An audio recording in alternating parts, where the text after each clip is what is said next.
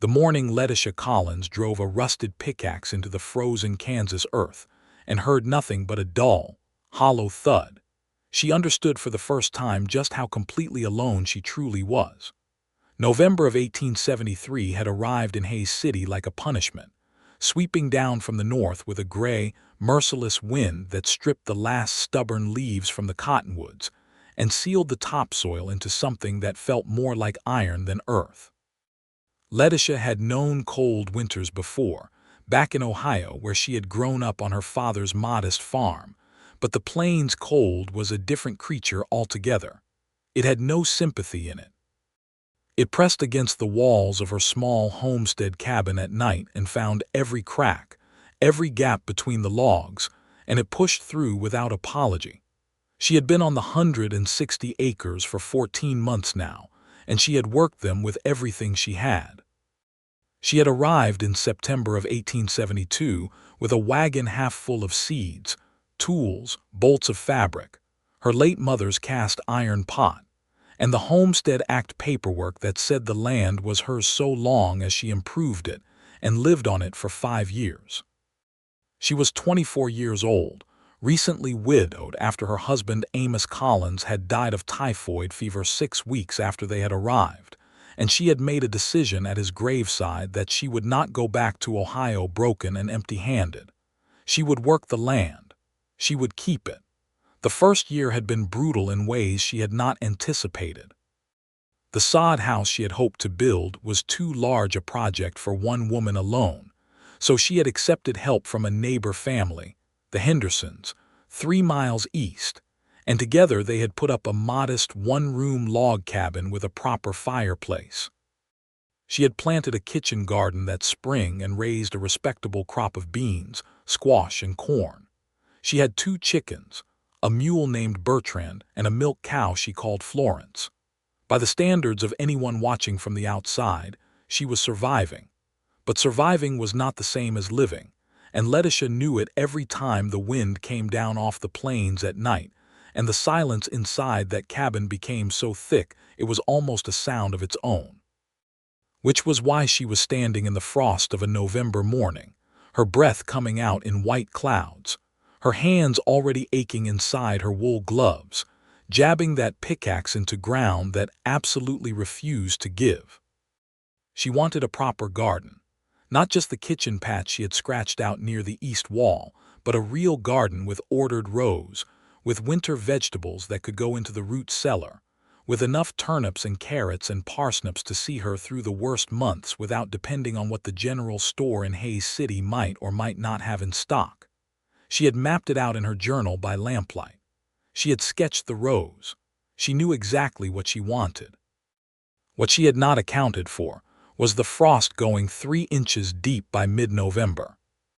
She swung the pickaxe again, and the metal rang against the soil, and the vibration traveled all the way up her arms and into her shoulders, and she set her teeth against the pain and swung again. "That soil is too hard, ma'am. Let me help." The voice came from behind her and to the left, and Letitia spun around fast enough that the pickaxe handle caught her hip, and she nearly dropped it. She had not heard a horse approaching. She had not heard anything over the wind and her own exertion, and the fact that a man had gotten within 30 feet of her without her notice sent a flush of both embarrassment and alarm through her chest. He was sitting a bay quarter horse just outside her fence line, one wrist resting loose on the saddle horn, and he was watching her with an expression that was not quite a smile but was certainly not unfriendly. He was tall in the saddle, lean in the way that men who worked outdoors tended to be lean, not thin but carved down to what was necessary. He wore a heavy canvas coat, worn smooth at the elbows, and a dark brown hat that had seen better years. A red kerchief hung loose at his throat. He looked to be somewhere in his late 20s, with a jaw that needed a razor's attention and eyes that caught the pale morning light and held it in a way that made them appear a shade of warm brown that was almost amber. Letitia straightened her back and lifted her chin and said, "I didn't hear you ride up." "No, ma'am," he said, and he had the decency to sound apologetic about it. "Wind was behind me. I didn't mean to startle you." "You didn't startle me," she said, which was not entirely true. He looked at the pickaxe, and then at the ground she had been attacking, and something shifted in that easy expression of his, something that looked a great deal like genuine understanding. "That ground is frozen solid," he said. "You'll crack the handle on that pickaxe before you get down 2 inches." "I'm aware of the difficulty," she said.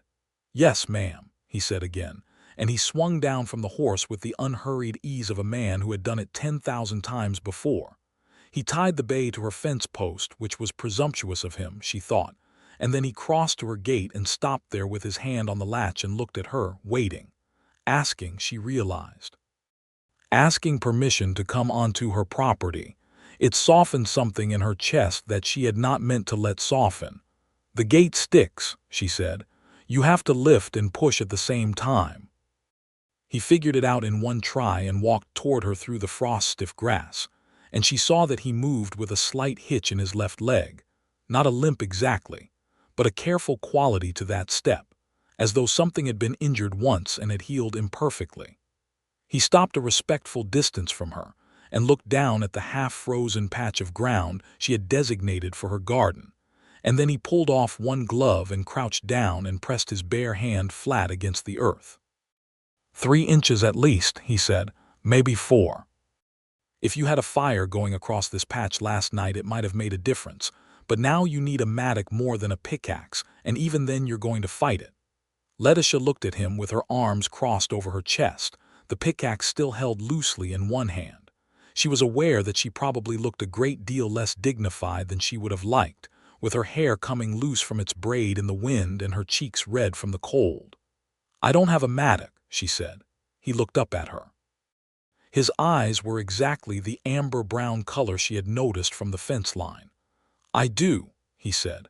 "I have a mattock and a spade, and I've got nowhere I need to be until noon." "Name's Samuel Finley.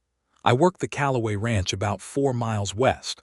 I was cutting across your section to get to town, and I saw you out here." Letitia stood very still for a moment and considered him. She had learned in 14 months on the plains that you could not be foolish about strangers, but she had also learned that genuine offers of help were not quite as rare as the dime novels back east would have had her believe. Most people out here were working too hard at their own survival to spend much energy being villainous. She weighed Samuel Finley against everything she knew about reading people, which was more than most gave her credit for. "I'm Letitia Collins," she said finally. "This is my land." "Yes, ma'am," he said and stood up from his crouch. "I know. I've ridden past it a few times. You've done well with it." She did not quite know what to do with that, so she said, "I'll put coffee on while you get your tools."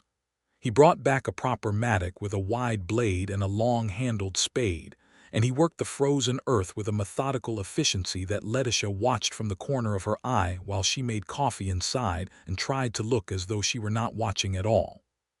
He did not hack at it the way she had been doing. He found the angles, worked the blade in at the edges, let leverage do what brute force could not. Within 20 minutes, he had turned over a 6-foot strip of frozen topsoil, breaking it into chunks that the weak November sun might have a chance at softening through the day.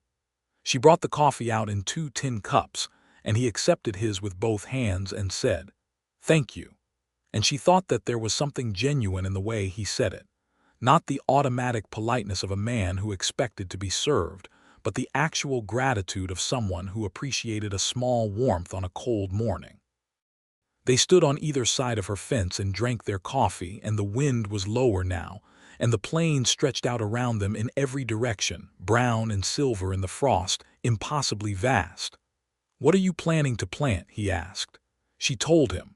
Turnips, carrots, parsnips, winter onions, some garlic along the south wall of the cabin where it would get the most sun. She explained about the root cellar she wanted to build come spring, about the way she had the rows mapped in her journal, and as she talked she waited for the polite dimming of interest she had learned to expect from men when women began to discuss anything with genuine technical detail. It did not come. Samuel Finley listened. He asked questions. He said that garlic along the south wall was a good idea, that she might also consider putting a cold frame over the turnips if she could get her hands on some glass, and that he had seen one of the women up at the Henderson place do something similar with oilskins stretched over a frame of thin boards that worked about as well. "Mrs. Henderson," Letitia said. "I know her. She's helped me tremendously." "Good woman," Samuel said, and finished his coffee and handed her back the cup. "I can work another hour if you'll allow it. Get more of that patch turned before the ground gets any harder." She looked at him for a moment and then said, "I'd appreciate that." He worked for the better part of 2 hours, and in that time she brought him a second coffee and then a biscuit she had been saving from breakfast, and he accepted both without making her feel as though she owed him anything. When he was done, fully a third of the garden patch she had envisioned was broken and turned. It was not ready to plant. It would need more working and some manure come spring. But it was a beginning, and it was a beginning that she had not been able to make alone with a pickaxe and a frozen earth that had refused her. He loaded his tools back on the bay and swung up into the saddle and looked down at her from beneath the battered hat. "Good luck with it, Mrs. Collins," he said. "Letitia," she said, and did not know exactly why. He touched the brim of his hat. "Letitia," he said, as though he were testing the weight of it. "I'm going to Hay City. Can I bring anything back your way? I'll be returning late afternoon, east along the same road." She thought about it and said, "If you're going past Miller's Hardware, I've been waiting on a box of nails I ordered 3 weeks ago. I never seem to get into town at the right time." "I'll check," he said, and then he touched his heels to the bay and rode south toward the main road, and Letitia stood at her fence and watched him until he disappeared behind the rise. And then she stood there a moment longer looking at the turned earth and the frost sitting on it like thin lace, and she did not quite understand the quality of the quiet that came after he was gone. It was a different quiet than she had been living with. It had a shape to it. He came back at 4:30 with her nails. She heard the horse on the road and went to the window and saw him turning in at her gate, and he had the box under one arm and his hat tilted against the low western sun that was turning everything copper and bronze. She went out to meet him, and he handed down the box from the saddle, and their fingers brushed in the exchange. Just for a moment, just the briefest contact through their gloves, and she looked up at him and he was already looking at her. "Miller said no charge," Samuel said. "Apparently, you'd already paid the freight cost, and he'd been meaning to get word out to you for 2 weeks." "He's been meaning to do a number of things for 2 weeks," Letitia said dryly, and Samuel Finley laughed, and it was a good laugh, open and unguarded, the kind that made you want to earn it again. "He's not wrong that the roads have been difficult," he said, and dismounted, which she had not asked him to do but which also did not seem out of place, and they stood in the copper evening light and talked for another quarter of an hour. About the weather. About the Calloway Ranch, and how old Jack Calloway was talking about retiring come spring, and what that might mean for the hands who worked there. About the homestead next over to hers, which had been abandoned in the spring when the Prout family had given up and gone back east, and what a shame that was. "It's not easy," Letitia said, looking out at her own land. "I understand why people leave." "But you didn't," Samuel said. He was not asking. He was looking at her with that quality of attention that she was beginning to think was simply the way he was, present and genuine and not performing anything. "No," she said. "I didn't." "How long have you been here?" 14 months, she said. He nodded slowly, and she could see him doing the arithmetic, understanding what 14 months alone on a homestead meant, understanding the weight of it. "Your husband?" he asked carefully, and she appreciated the care. "Typhoid," she said. 6 weeks after we arrived. He's buried on the eastern rise." "I'm sorry," Samuel said, and the simplicity of it was its own kind of kindness. He did not heap condolences on her. He did not look at her with that particular expression she had learned to dread, the one that mixed pity with a kind of discomfort, as though grief were contagious. He just said he was sorry and meant it, and let it be. The sun was going fast and the cold was coming back with the dark. "You should get home before the temperature drops," Letitia said. "It's going to be a hard night." "It is," he agreed and swung back up on the bay. "I'm out this direction most Saturdays," he said. "If that soil gives you more trouble, I've got the tools." "I appreciate it," she said. He rode away into the darkening plains, and she stood at her gate long enough for the first stars to appear above the western horizon, bright and hard in the cold sky, and she carried the box of nails inside and set it on the table and sat down in her chair by the fire and thought about amber eyes and an open laugh and the way frozen ground had yielded to the right kind of work. The following Saturday he came. She had not let herself expect it, exactly. She had told herself that a man who worked a cattle ranch had a full life of obligations, and that a passing offer of help was not a promise or an appointment. But she had made extra biscuits that morning, and she had built the fire a little higher than strictly necessary. And when she heard the horse on the road and went to the window and saw the bay quarter horse turning in at her gate, she felt a warmth move through her that had nothing to do with the fire. He had brought a load of manure in a burlap sack behind the saddle, which was not romantic in any conventional sense, but which was exactly the kind of practical thoughtfulness that she was beginning to understand was characteristic of Samuel Finley. "For the garden," he said, when he handed it down. "It'll work into those frozen clods when they thaw, have it ready for spring." "You carried manure 4 miles on your horse," Letitia said. "The horse has smelled worse," he said. She gave him biscuits and he worked the garden, and then they talked for a long time by the fence while the November light went thin and pale over the plains. She learned that he was 27, that he had come west from Tennessee at 19, and had worked cattle drives up through Texas and Kansas, that he had taken a job at the Cowboy ranch 3 years ago and had been there since, and that the hitch in his left leg was from a longhorn that had come out of a ravine unexpectedly during a drive in 1870 and had changed the direction of that knee permanently. He said it without self-pity, the way he said everything as a fact in a landscape of facts. He learned that she had grown up in Columbus, Ohio, that her father had been a school teacher and her mother had died when Letitia was 17, that she had married Amos Collins at 22 because he had been a kind man with a vision of western land and a better life, and that she had loved him in the way you love someone good and decent who shares your direction, which was its own kind of love, though not perhaps the consuming kind that the novel spoke about. She had not said that last part out loud. She had thought it while she was saying the rest. "Do you plan to stay," he asked, "on the land?" "Long term. 5 years to prove the claim," she said. "That's another 3.5 years. After that the land is mine outright." She paused. "Yes, I plan to stay. I don't know any other way to do it."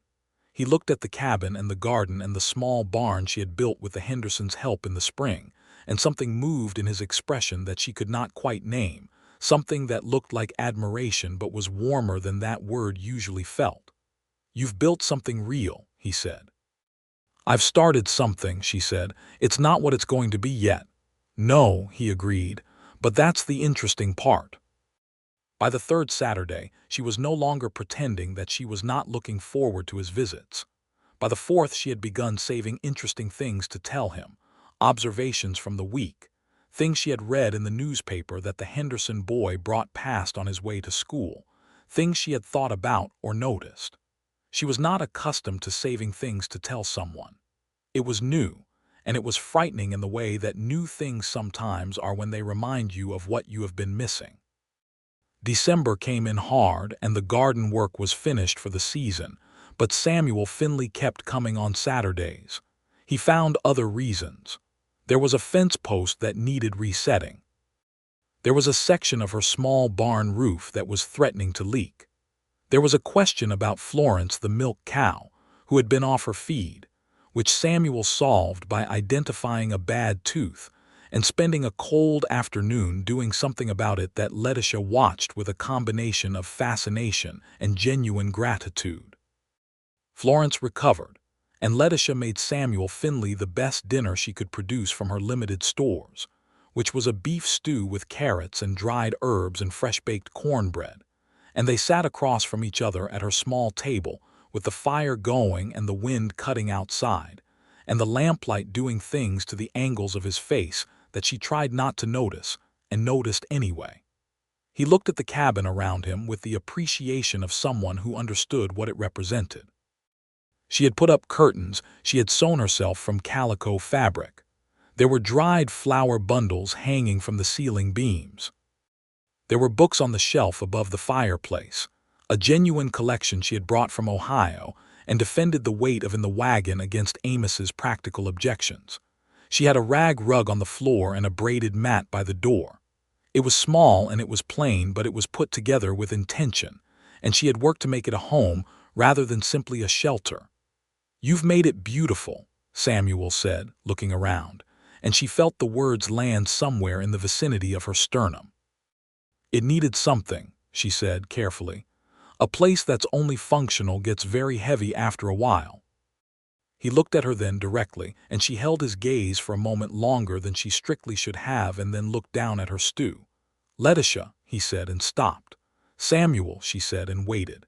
He was quiet for a moment, turning his coffee cup in his hands, and then he said, "I know we haven't known each other long, and I know that you have a great deal on your shoulders that belongs entirely to you and not to anyone else. I don't want to overstep. But," she said, "but I find myself riding this direction on Saturdays with considerably more eagerness than is entirely explainable by fence posts," he said. She had been waiting for something like this, and yet it still sent a flutter through her that she had not expected to feel at 24, that she had thought was perhaps a capacity she had exhausted. She kept her expression composed, or tried to, and said, "I've been making extra biscuits for the past 4 weeks." He looked at her, and then that laugh came, the open, unguarded one, and she felt herself smiling before she had decided to. "Then we understand each other," he said. "I think we do," she said.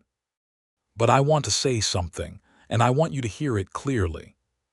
She set down her spoon and looked at him with the directness she had learned was often unexpected in a woman, and which she had decided long ago was too valuable to give up. "This land is mine. I am staying on it. Whatever may or may not develop between us, I am not going to fold myself into some secondary shape to fit into someone else's life. I work too hard for what I have."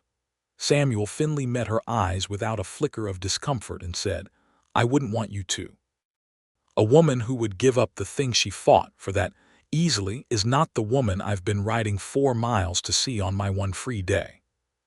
The fire crackled and the wind pushed at the walls, and somewhere out in the dark, a coyote started up, and Letitia looked at Samuel Finley across her small table and thought that perhaps the consuming kind of love that the novels spoke about was not as far beyond her as she had believed. January was brutal, which everyone in Hays City had predicted, and the plains had delivered faithfully. The temperatures dropped below zero on 6 consecutive nights in the middle of the month, and Letitia burned through wood faster than she had planned for and began to make careful calculations about what she had left in the stack beside the cabin versus how many weeks of real winter were likely still ahead. She had lived through enough Ohio winters to manage her fear, but she had never been alone through one, and there were nights when the wind screamed around the corners of the cabin, and the fire burned low, and she lay in her bed beneath every blanket she owned and felt the cold pressing in through the walls, and understood very clearly that the plains did not care about her plans or her determinations. Samuel came when the roads permitted, which was not every Saturday in January. He came twice, once with an armload of extra firewood that he said was surplus from the Calloway Ranch's woodpile, and once with a note that said Jack Calloway had said any of the hands were welcome to take what they needed and she should not feel awkward about it, which she did anyway and was grateful for anyway. She could feel the warmth of the gesture through the cold, which was its own kind of weather. When he came the second time, in the 3rd week of January, the sky was low and gray and threatened snow, and she took one look at that sky and said, "You should not ride back tonight." He looked up at the same sky and agreed without argument, and she made up the small cot near the fire that she had inherited from the Pruitts, and he slept there without comment or expectation. And in the morning she made breakfast from her carefully rationed stores, and they sat together at the table while the snow came down outside, quiet and steady, and the world turned white and the cabin turned warm. and the domesticity of it was so natural and so complete that it made her chest ache with something she could not name but was not afraid of. "Tell me about Tennessee," she said. He told her. His father had been a farmer, his mother a woman who could mend anything and who had stretched every dollar they ever had until it covered twice its intended ground. He had 3 brothers, 2 of whom were still in Tennessee, and one of whom had come west to Colorado and struck a modest amount of silver in 1871 and was doing well for himself. He had left home at 19 because the farm could not support 4 sons, and because something in him had needed to see the country that he had only read about, the plains and the mountains and the great open spaces that did not ask you to fit yourself into an already established shape. "Was it what you expected?" Letitia asked. He thought about it seriously. "It was larger," he said. "Not just the land, the scale of everything, the distances, the weather, the loneliness, all of it bigger than I had imagined." He paused. "But the sky," he said, "the sky is exactly what I hoped for." She understood that completely and said so, and he looked at her the way he sometimes did, with that full attention that she had decided was the most disarming thing about him, more than the amber eyes or the laugh or the way he had of solving practical problems without making her feel as though she had failed by having them. "What made you stay?" she asked. "At the Callaway Ranch. You've been working cattle a long time." "Most of the hands I hear about, they move around constantly." "I got tired of moving," he said simply. "I found a place I didn't want to leave yet." She looked at him. He was looking at his coffee. "Just yet," she said. He looked up. "I've been thinking," he said carefully, "about what it might mean to put down roots, proper ones, not just a bunk at a ranch and a job that lasts until the boss retires."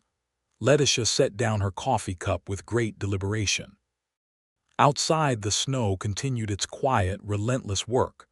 "The Prout land is still unclaimed," she said, just as carefully. 160 acres, same as mine, right there to the west. It's good land. They left most of the improvements, such as they were. Samuel Finley was quiet for a moment that stretched long and significant. "A man would need a reason," he said, "to take on a homestead claim, something to be working toward." The fire popped and sent a spray of sparks up the flue, and the snow sifted down outside, and Letitia Collins looked at Samuel Finley across the width of her small table and said, "I imagine he would." He reached across the table, and his hand settled over hers, warm and calloused and steady, and she turned her hand over beneath his so their palms met, and they looked at each other in the firelight with the snow coming down around the cabin like a world carefully arranging itself into something new. February brought a brief thaw that everyone was careful not to trust, and in that thaw Samuel brought her something she had not expected.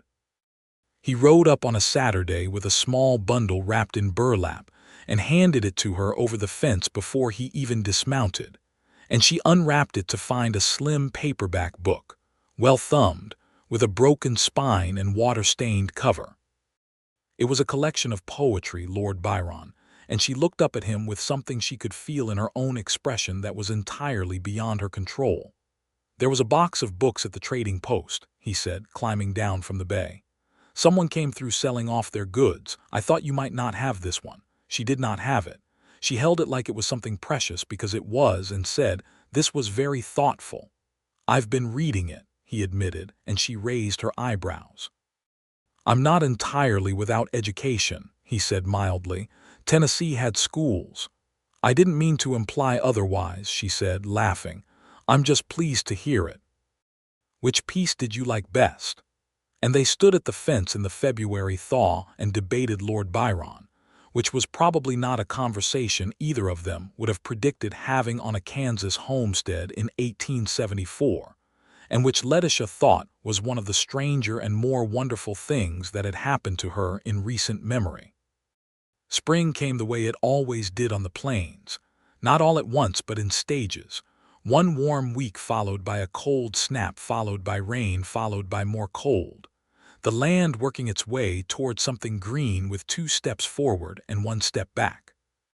By March, the garden ground that Samuel had broken in November was softened and workable, and Letitia was out in it every spare hour, turning it with her spade, working in the manure he had brought, planning her rows with the notebook beside her on the fence post.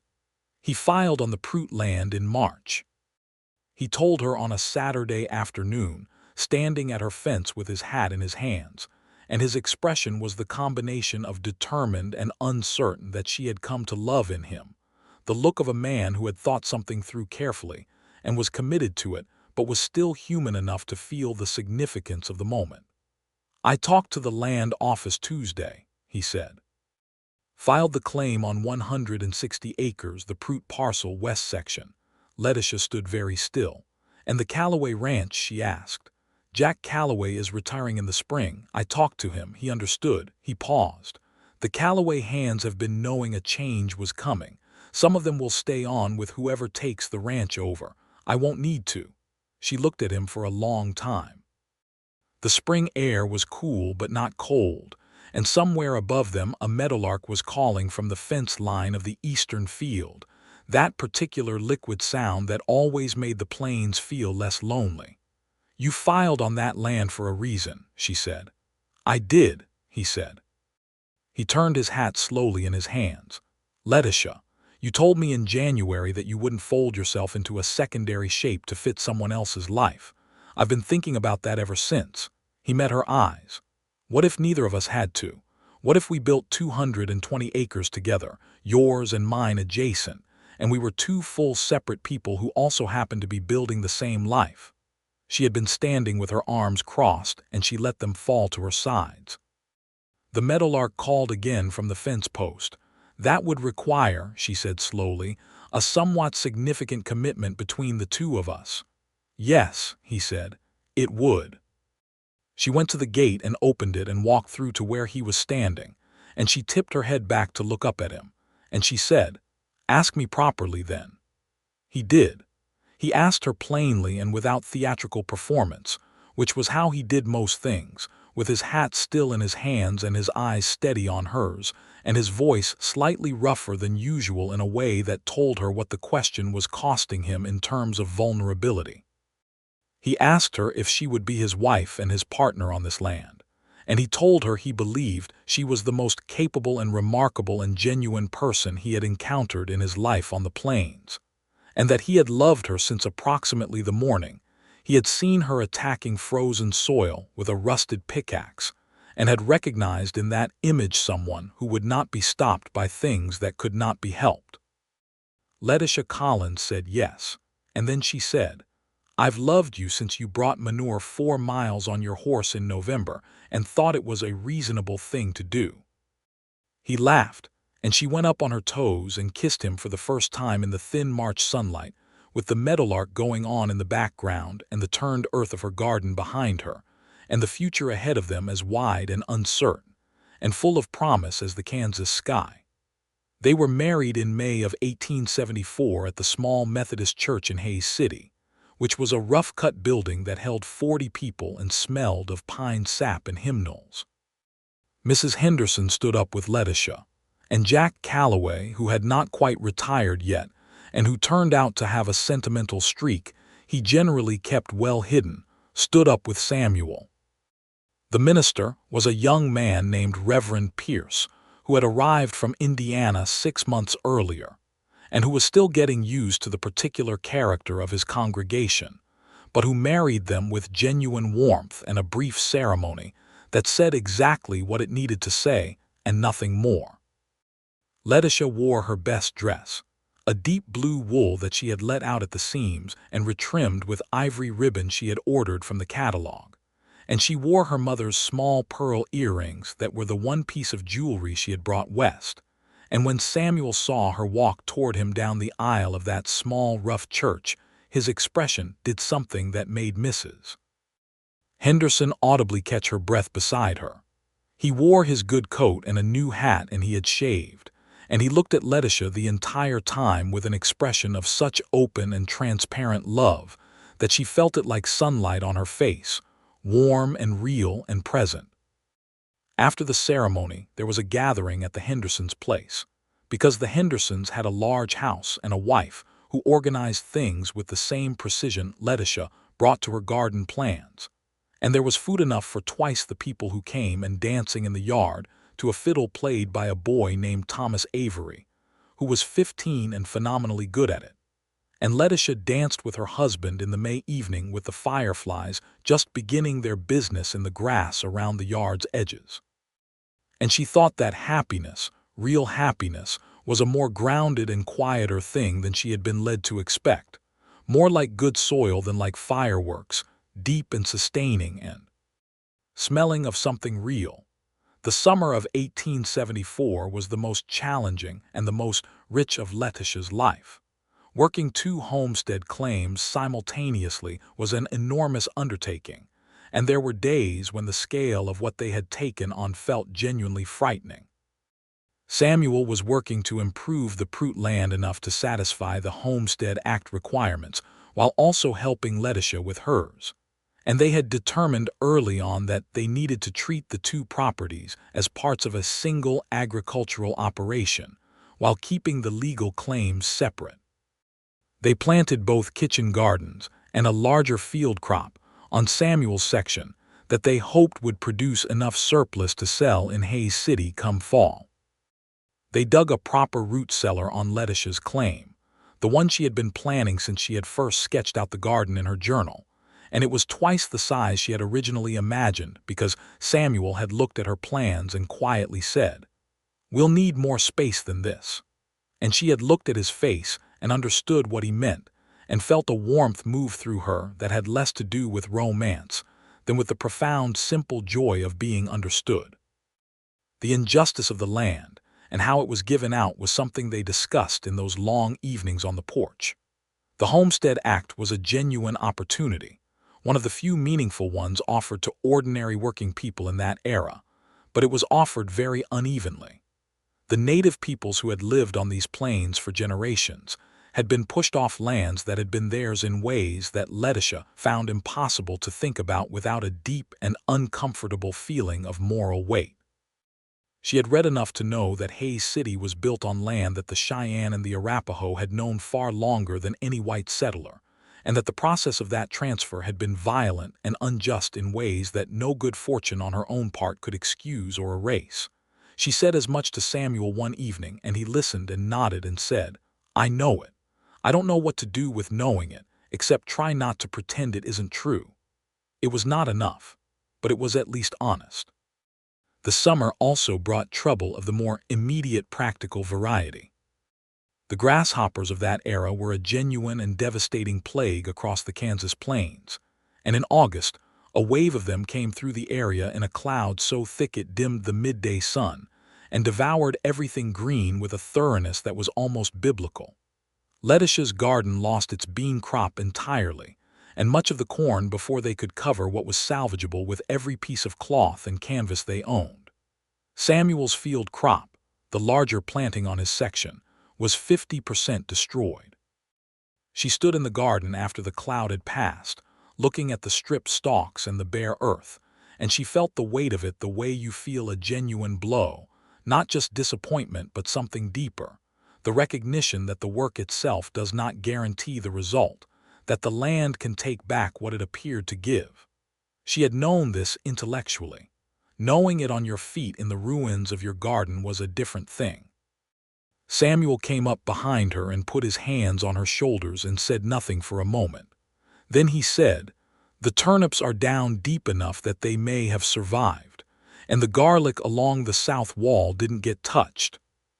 She put her hands over his on her shoulders. "We'll manage," she said. She meant it. It was not bravery or performance. It was simply the truth that she had learned about herself in 14 months of solitude before he arrived, that she could absorb hard blows and remain standing, that this was perhaps the most valuable thing she knew about herself. "Yes, we will," he said. "But today I think we should have a bad afternoon and not pretend otherwise." So they did. They sat on the porch in the late August heat and looked at the stripped garden and felt bad about it properly. And she cried a little and he held her and said nothing useful, which was exactly the right thing. and by evening they were talking about what they would replant and what they could still harvest and how to calculate what they would need to buy through winter versus what they could produce. The turnips had survived, as Samuel had hoped. The garlic was fine. The root vegetables generally had done better than the above-ground crops, and the milk cow Florence had not been troubled by grasshoppers, which seemed almost philosophically appropriate given Florence's general unflappable character. They had enough, between what survived and what they had put up in the early summer, and what Samuel earned in occasional work for neighboring ranches through the fall, to get through winter comfortably if not lavishly. Fall of 1874 was beautiful in the way that the Kansas plains could sometimes be beautiful, when the light went low and golden, and the grasses turned bronze and russet, and the sky was a blue so deep it looked almost purple at the edges. Letitia planted her garlic in October and mulched it carefully with straw and felt, for the first time, the satisfaction of a full cycle, of having planned a garden in November of the previous year and now, a full turn of seasons later, understanding what had worked and what had not and what she would do differently. She also discovered in October that she was going to have a child. She told Samuel on a quiet evening by the fire, simply and directly, which was her way, and she watched him absorb it and saw the thing that moved across his face, which was complex and beautiful, wonder and tenderness, and a thread of fear that was honest and human, and which she loved him for showing. He got up from his chair and came to her and went down on his knees in front of her chair and took both her hands in his and looked up at her and said, "Are you well? How are you feeling?" "I'm well," she said. "I feel fine so far. Mrs. Henderson will know a great deal more than I do about what to expect." "We'll talk to her tomorrow," he said. "Samuel," she said. "Yes," he said. He was still looking up at her with that expression. "You can say the other thing," she said gently. "The thing you're feeling under the worry." He let out a breath. "I am so profoundly, completely glad," he said, and his voice was rougher than usual, the way it got when something moved him deeply. She touched his face with one hand. "So am I," she said. Mrs. Henderson was, as predicted, an encyclopedia of practical knowledge. She came over the following week and examined Letitia with matter-of-fact competence and said she appeared to be about 3 months along and was in good health, and that she should expect the baby in March or April, and that she, Mrs. Henderson, had brought 4 children into the world on the plains and intended to be present for this one as well. Letitia received this information with profound gratitude and did not trust herself to respond adequately, so she simply held Mrs. Henderson's hands for a moment, and the older woman patted hers briskly and said, "Now, let me look at your root cellar. Samuel says you've been preserving, but I want to make sure you've got enough stores." Winter came again, the second one Letitia had known on the plains, but this winter was entirely different in texture from the one before. She was not alone in the cabin. Samuel was there every night, filling the space with his presence, his voice, his particular way of settling into a chair by the fire with a book or a newspaper or simply with his thoughts while she read or sewed or wrote in her journal. The silence between them was no longer the silence of isolation, but the silence of 2 people comfortable enough in each other's company that words were not always needed. This was a discovery she had not anticipated, that the most intimate thing was not what was said, but what could be left unsaid without loss. He read to her from the Byron book sometimes in the evenings, and she fell asleep occasionally to the sound of his voice doing the words, which she thought Lord Byron would have found either flattering or offensive, and probably both. Samuel found it funny, every time, the way her head would slowly come to rest against his shoulder, and he would put the book down and just sit with her weight against him and watch the fire and feel. She imagined something like what she felt, which was that this specific arrangement of 2 people in a small warm room in the middle of a cold and enormous landscape was enough and more than enough, was in fact very nearly everything. The baby came in April of 1875, not March as Mrs. Henderson had initially predicted, but April, which Mrs. Henderson revised her estimate for in February, and which Letitia accepted with equanimity since she had come to understand that predicting babies with precision was not quite the science that one might hope. It was a boy. He arrived on a bright cold April morning with a thin crust of ice still on the puddles in the yard, and Mrs. Henderson was there and efficient and calm, and Samuel paced the outside of the cabin for 4 hours in a state of carefully contained panic that the Henderson boy, who had brought his mother over, watched with the frank curiosity of a child who has never seen a grown man worry. The boy was healthy and loud, which Mrs. Henderson announced with satisfaction, and when Samuel came in and saw him for the first time, wrapped in the flannel blanket that Letitia had sewn through the winter, he stood very still for a long moment with the expression of a man who has encountered something his categories of experience did not entirely cover. "Come here," Letitia said, from the bed, tired and happy and very much herself. He came and sat beside her, and she put the baby in his arms, and he held him with the careful uncertainty of a man who had never held a newborn before and was afraid of doing it wrong. And then the baby grabbed one of Samuel's fingers with the blind, concentrated grip that newborns have. And Samuel Finley looked down at that tiny hand around his finger, and something in his face went very quiet and very certain. They named him Edward James Finley, Edward for Letitia's father and James for Samuel's. He was called Eddie from nearly the first day, because he had a personality that insisted on it, loud and demanding and intermittently charming, which Samuel said with great affection was entirely his mother's son. Letitia threw a boot at him for that, which was how he knew she was feeling herself again. The spring and summer of 1875 were the first full season they worked both claims together from the beginning, and the difference it made in what they could accomplish was remarkable. Samuel's section was now properly fenced and had a small but sound barn. Letitia's garden was in its 3rd full year and beginning to produce the way a well-tended garden will when it has been worked for enough seasons, the soil remembering what you've given it and giving back with interest. They had 4 chickens now and Florence the cow, and Samuel had acquired a 2nd mule to work alongside Bertrand, and the field crop on the adjoining section was twice what they had planted the year before. They went into Hays City on Saturdays sometimes, all 3 of them, Letitia and Samuel and Eddie in the wagon, Bertrand and the new mule pulling together with the grudging cooperation of animals who have decided to make the best of their situation. Hays City had been growing steadily since Letitia had arrived, and the changes in the town were visible year by year, new buildings, new businesses, the railroad activity that was bringing people and goods from both coasts. It was still rough and still Western in all the ways that meant, but it was becoming something, and they were part of that becoming. She noticed on these trips how Samuel moved through town, how he greeted people, how people greeted him. He was known and liked, which did not surprise her, but the degree of it did a little. He had a quality of being genuinely interested in the people he talked to, of remembering details about their lives from previous conversations, of asking after a sick child or a difficult harvest with the sincerity of someone who had actually retained the information and cared about the answer. She watched him talking to old Jack Calloway outside the hardware store one afternoon, and she thought that this was perhaps what she had recognized in him from the very beginning, the quality of a man who was fully present to the world around him, rather than using it as a backdrop for his own concerns.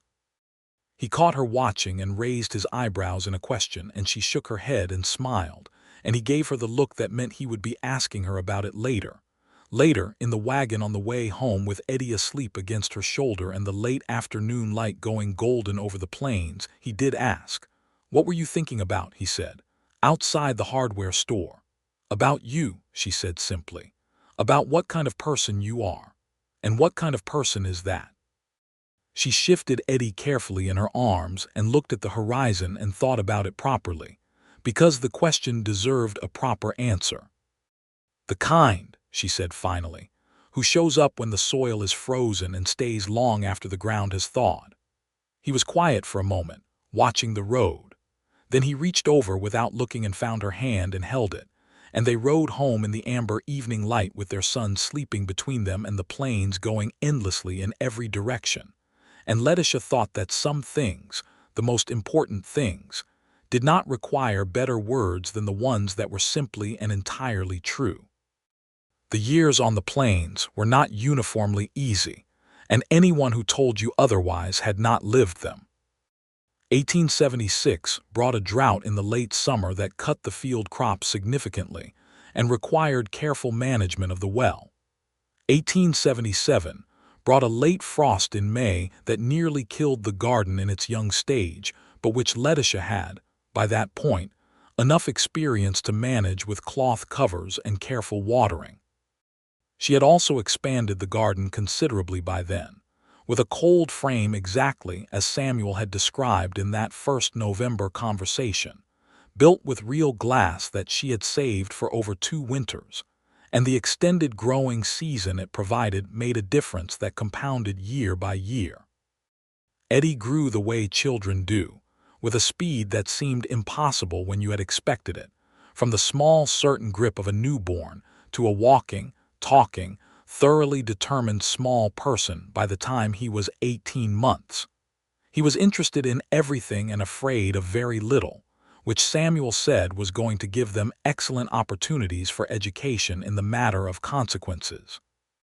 Letitia said he got the fearlessness from his father and Samuel said he got it from his mother, and they had this argument with great affection on a regular basis and never resolved it, which was probably correct. Mrs. Henderson's daughter Clara, who was 17 in the spring of 1876, began coming over to help with Eddie 2 mornings a week in exchange for lessons in reading and arithmetic that Letitia provided, having inherited her father's gift for teaching and his opinion that knowledge should not be hoarded. Clara was bright and quick and loved Eddie with the uncomplicated enthusiasm of a young woman not yet burdened by the full weight of adult worry, and the arrangement was good for all 3 of them. In the fall of 1877, when Eddie was 2.5 and had recently discovered that he could open gates by lifting the latch, which was a development of mixed utility, Letitia learned that she was expecting again. This time she was not nervous in the way she had been the first time. She knew what it meant now, knew the shape of the months ahead, knew what her body would do and what Mrs. Henderson would say and how Samuel would receive the news. She was right about all of it, except that Samuel's face this time was less thunderstruck and more simply and openly joyful, because knowing what it meant made the joy purer and less complicated. "Eddie will be furious," Samuel said, with great love. "He'll recover," Letitia said. "Children are resilient. He's been the center of the universe for 3 years. 3 years is long enough," she said. "The universe has room for more than one." The second child was born in June of 1878, a girl this time, arrived in the full warmth of early summer with the meadowlarks going and the garden at its peak abundance, which Letitia thought was appropriate timing. They named her Rose Margaret Finley. Rose because of the small wild roses that bloomed along the fence line of the garden every June without anyone having planted them, simply appearing each year as a quiet insistence on beauty, and Margaret for Samuel's mother in Tennessee. Rose was quieter than Eddie from the very beginning, a thoughtful baby and then a thoughtful child, with Samuel's quality of careful observation and a gravity in her brown eyes that made people feel she was listening more closely than most adults managed. Eddie received her with the outrage Samuel had predicted, lasted approximately 4 days in his resentment, and then decided with the pragmatism of a nearly 4-year-old that a sister was actually a useful thing when one needed someone to hand rocks to while one was building something important. The Finley homestead, which was what people in the area had begun to call the combined operation of the 2 adjacent claims, developed through those years into something Letitia had sketched in her journal but had understood was still a vision rather than a reality. By 1879, the fifth year of Samuel's Homestead Act claim, they had 320 acres between them, producing varied crops and supporting a small but steady dairy and egg operation.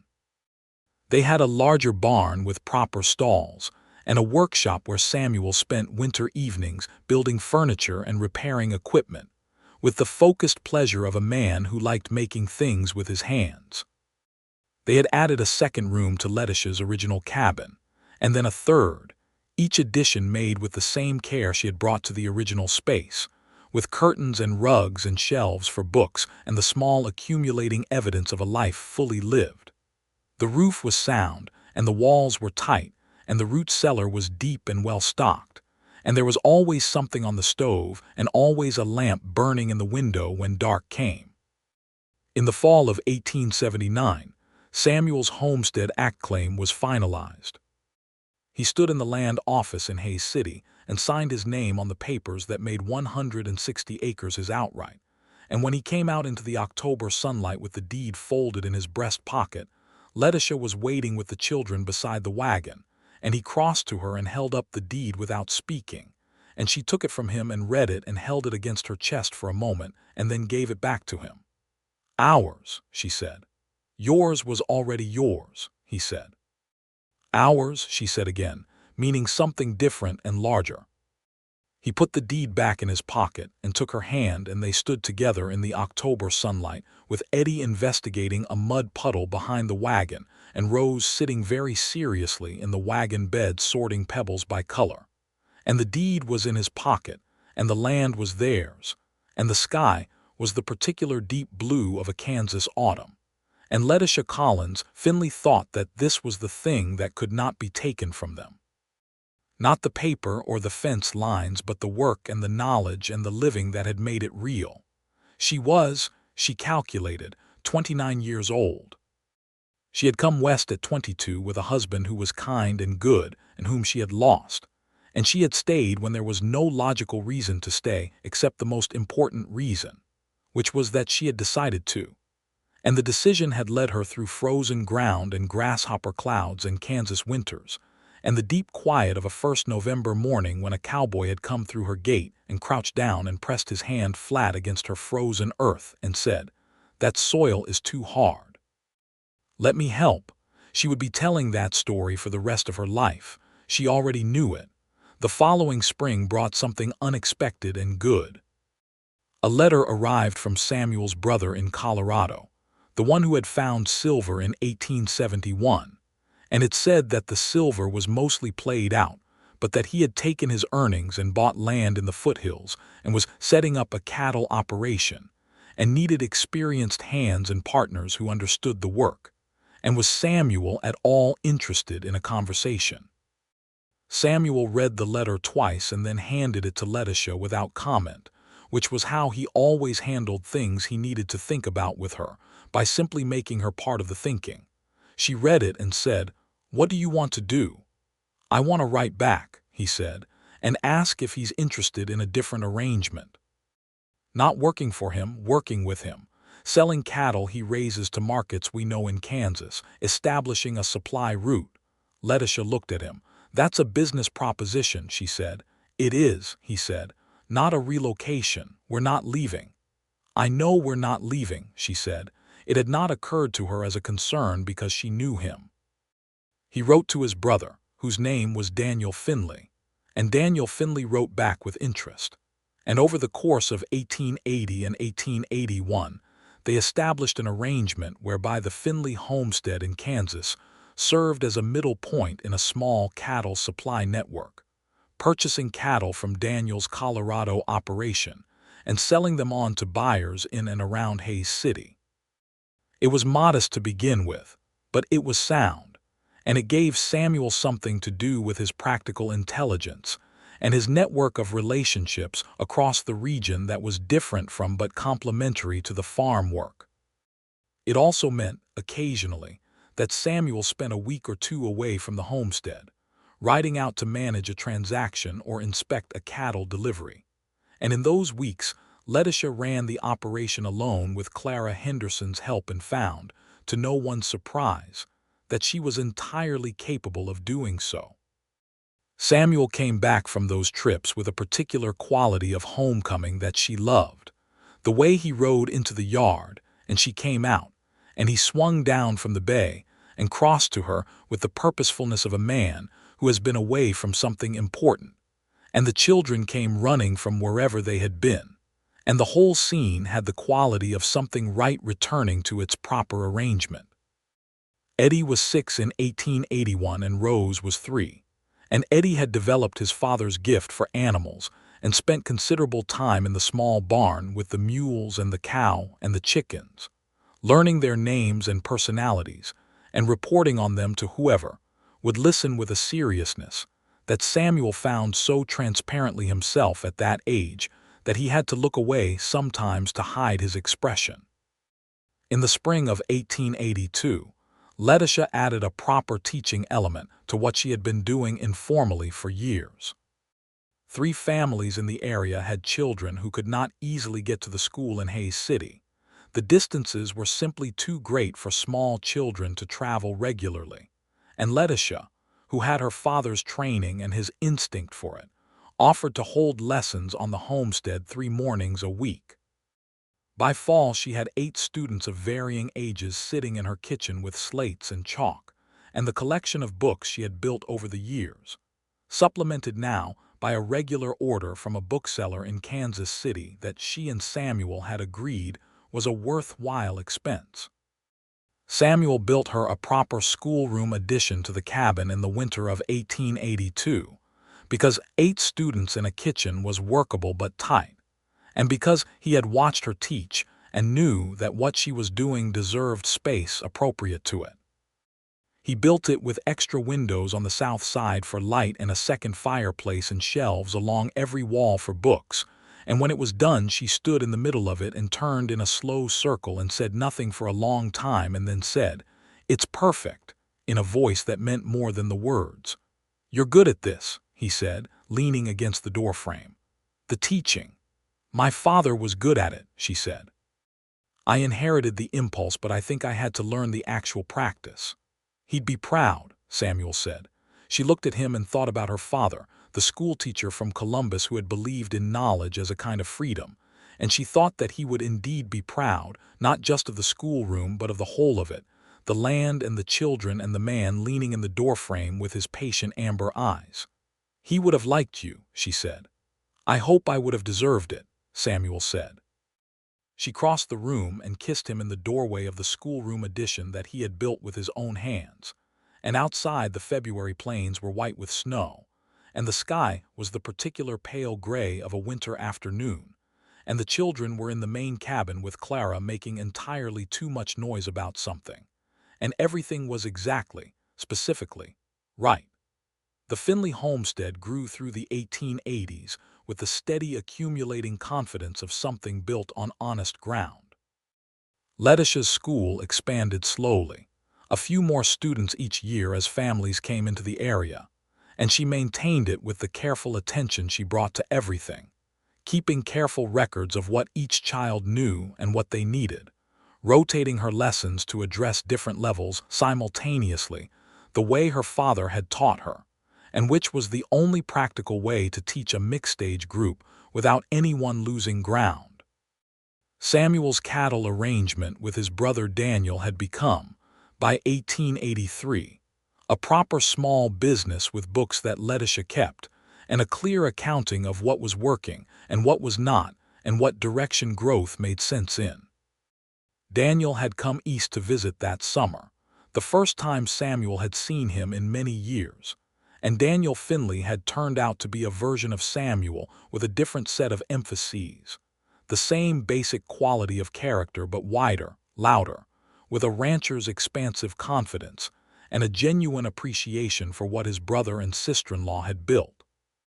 He had stood in the garden that Letitia had tended for 10 full seasons by then, the large ordered garden with the cold frame and the garlic wall and the carefully maintained rows, and said, "You started this with a pickaxe in November."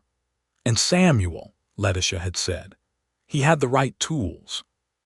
Daniel had looked at his brother with an expression of pure brotherly affection and said, You always were better at showing up when it counted than doing anything dramatic, Samuel had said. Dramatic is mostly just inconvenient. Eddie was 12 in 1887 and had fully taken on the livestock responsibilities of the farm with a competence that made Samuel quietly proud and occasionally nervous, because Eddie's competence with animals was paired with his mother's fearlessness, and the combination sometimes produced situations that required more intervention than anyone would have preferred. Rose was 9 and had her father's quality of careful attention, and was, by the assessment of every adult who taught her or knew her, extraordinarily bright in the particular way of someone who would spend her life learning things and being genuinely changed by them. Letitia turned 38 in 1887 and noticed it in the mirror in the way that you notice 10 years of plains weather in a face, not with vanity but with honest acknowledgement that time is a real thing and does actual work. She was neither sorry nor resigned. She looked at her face in the small mirror on the wall of their bedroom, the room that had been added in 1880 and which had a proper window facing east so she could watch the sunrise when she woke before Samuel, which she usually did, and she thought that the lines at the corners of her eyes had come from squinting into the distance across hundreds of mornings of Kansas sunrises, and that this was not a complaint. Samuel turned 40 that year and looked exactly as she would have described him if asked, which was the same amber-eyed man who had come through her gate with a mattock and a bag of manure in 1873, only with more gray at his temples and a deeper set of lines around his mouth from years of weather and from years of laughing. And she loved the whole of him with an ease and depth that was nothing like the consuming romantic love of novels, and was everything that the novels were attempting to approximate when they reached for that word. She told him this on the night of his birthday, when the children were in their beds, and the house was quiet, and they were sitting together on the porch in the September evening, with the stars very thick and bright above the plains. He had turned 40 and she had made him a genuine celebration, a proper dinner with the beef they had traded for and a cake she had spent 2 hours on, and the Hendersons had come and Daniel had sent a letter and Clara, who was now a married woman with her own small farm, had come with her husband to mark the occasion.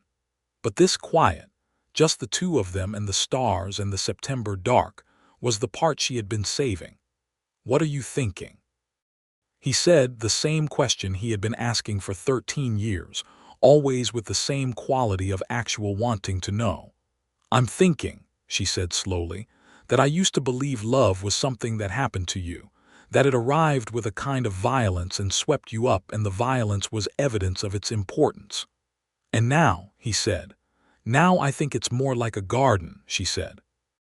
"You break the ground first, which is the hardest part, and then you work it every season, and after enough seasons it remembers what you've given it and gives back with interest." She paused. "And the beauty of it is that it only gets better with time. A young garden is a hopeful thing.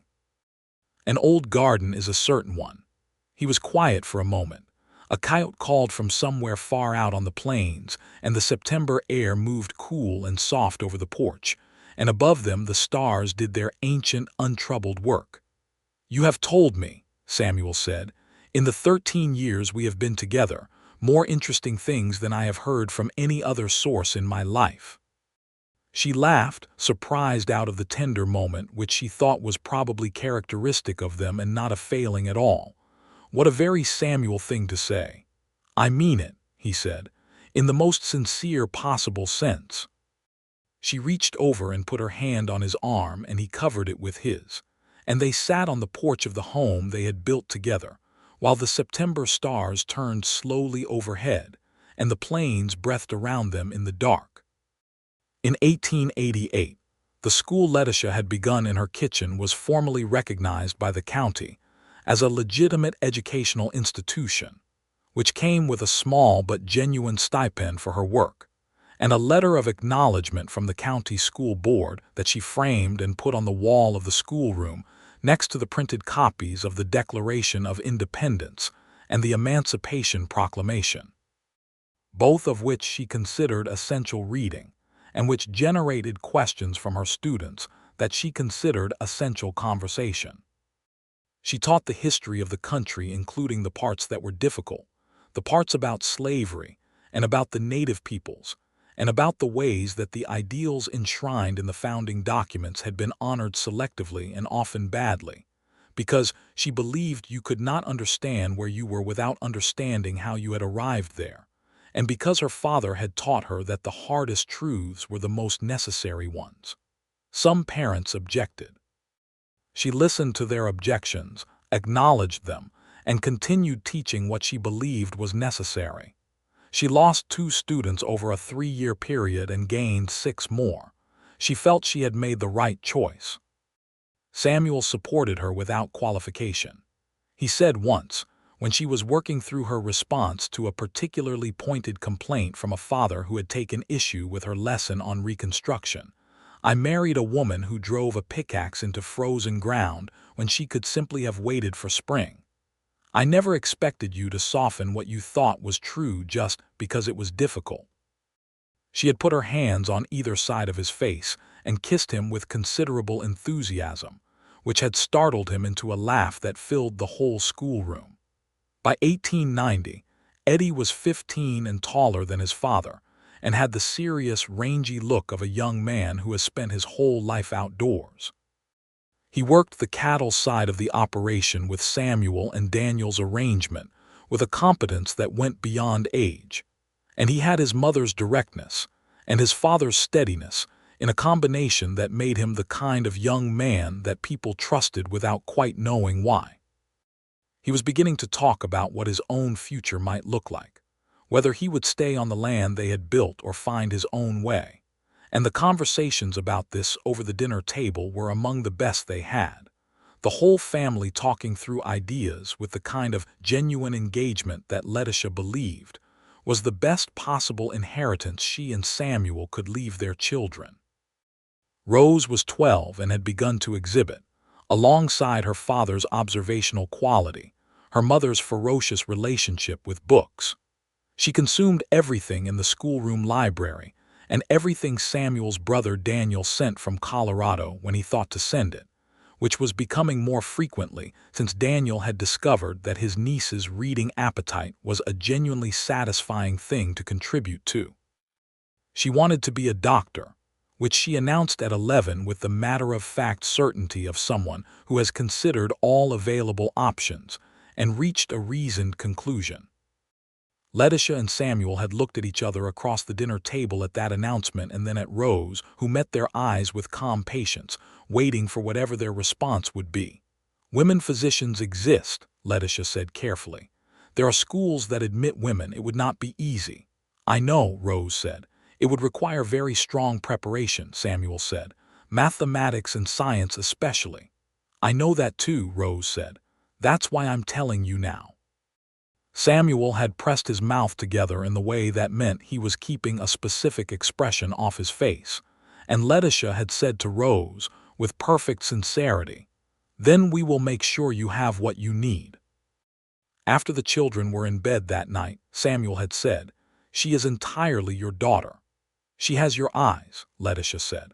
"My eyes on a person who will absolutely do what she says she's going to do," Samuel said, with the pride of a man who has learned that this combination, the appearance of calm with the steel of genuine determination underneath, is the most powerful thing in the world.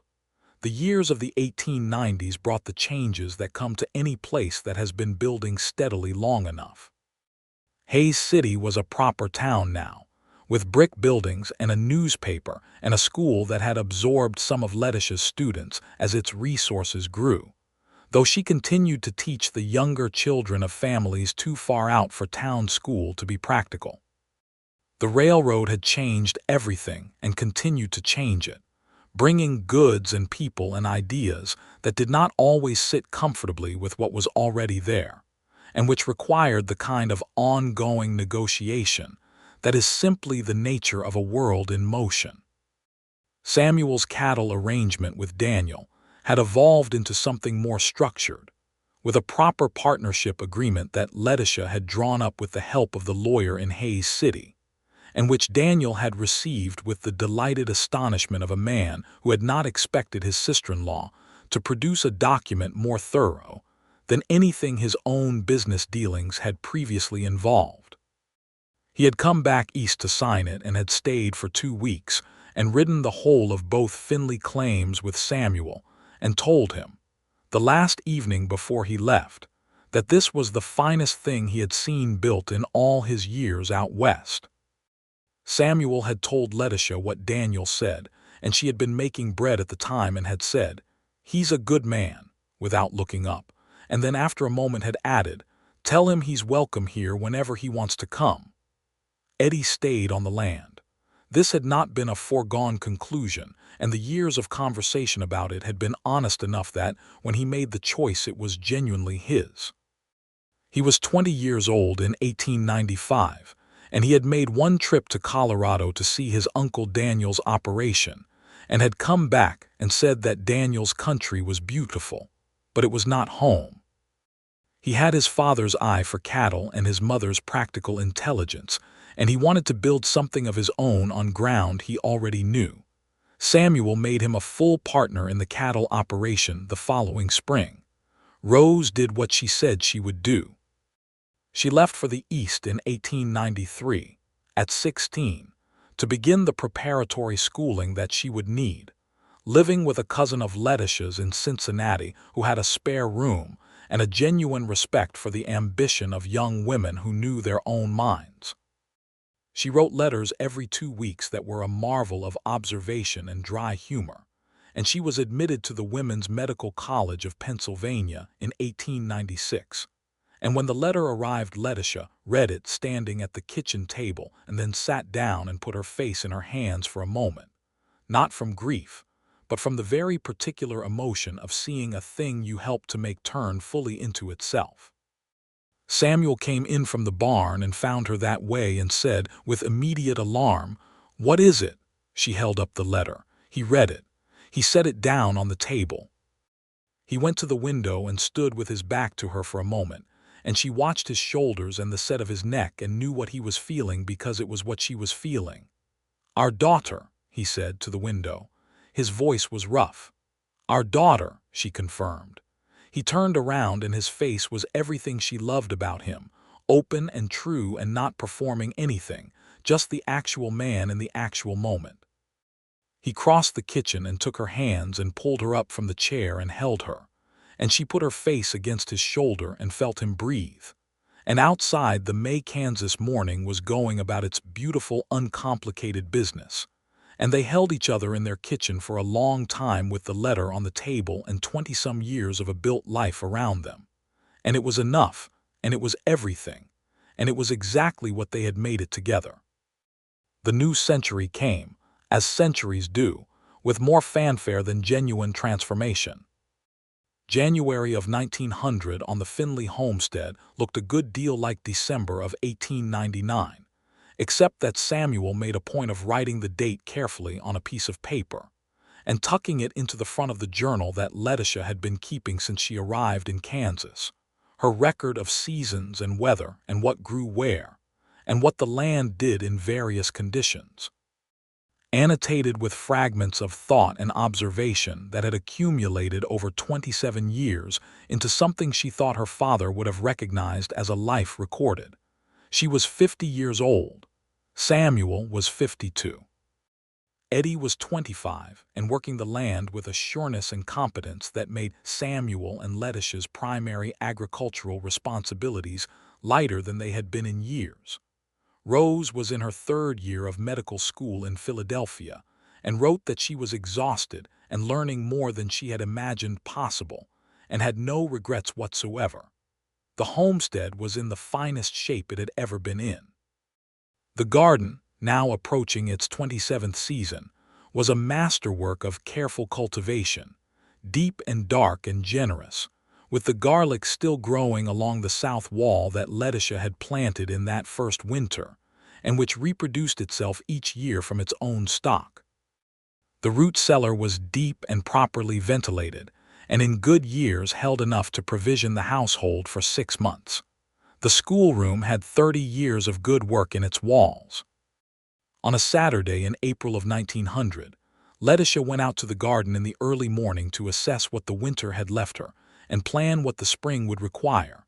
And she stood in the middle of it with her hands on her hips and looked at the turned earth and the first green pushing up at the edges of the garlic bed and thought about November of 1873, the pickaxe and the frozen ground and the voice from behind her that had said, "That soil is too hard. Let me help."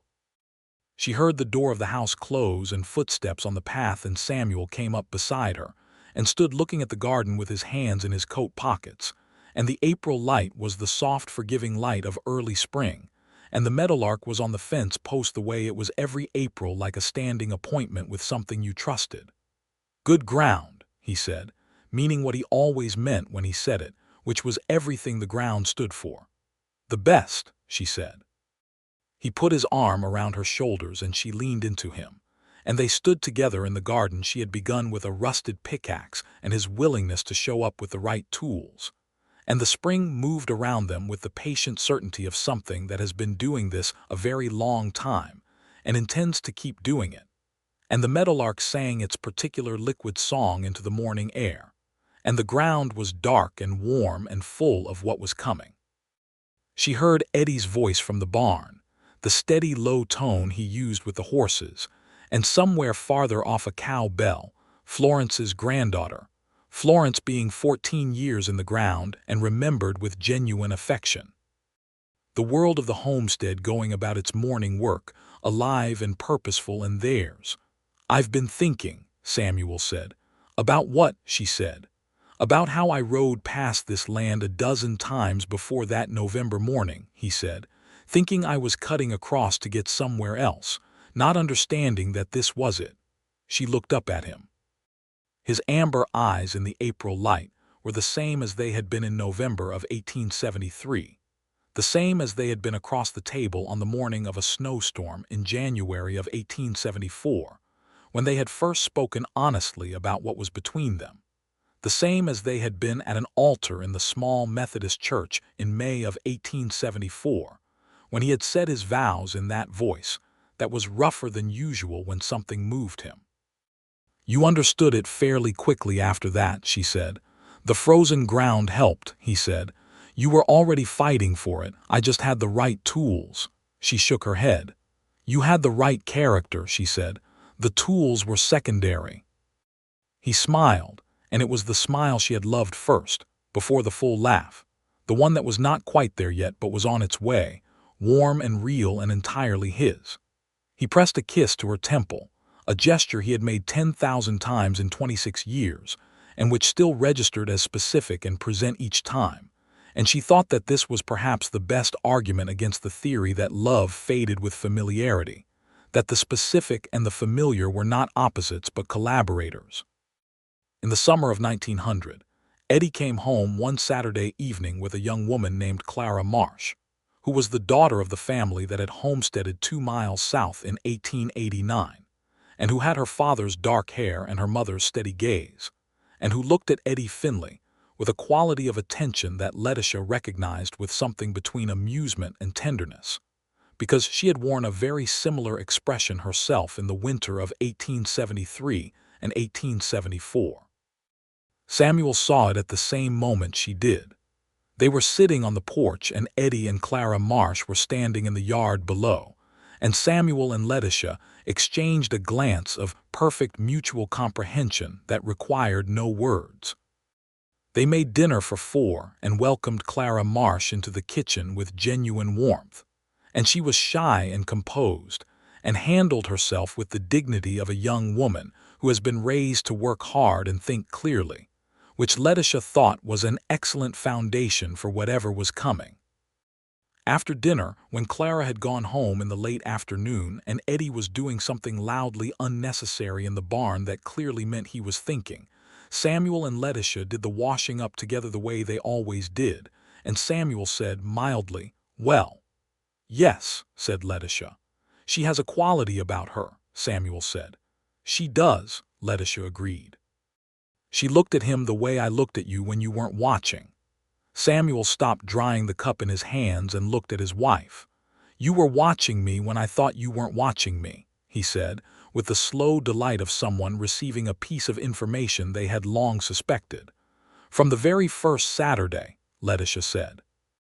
He set down the cup and kissed her there in the kitchen with the dishwater still warm in the basin, and the evening light coming through the east window, and 30 years of everything.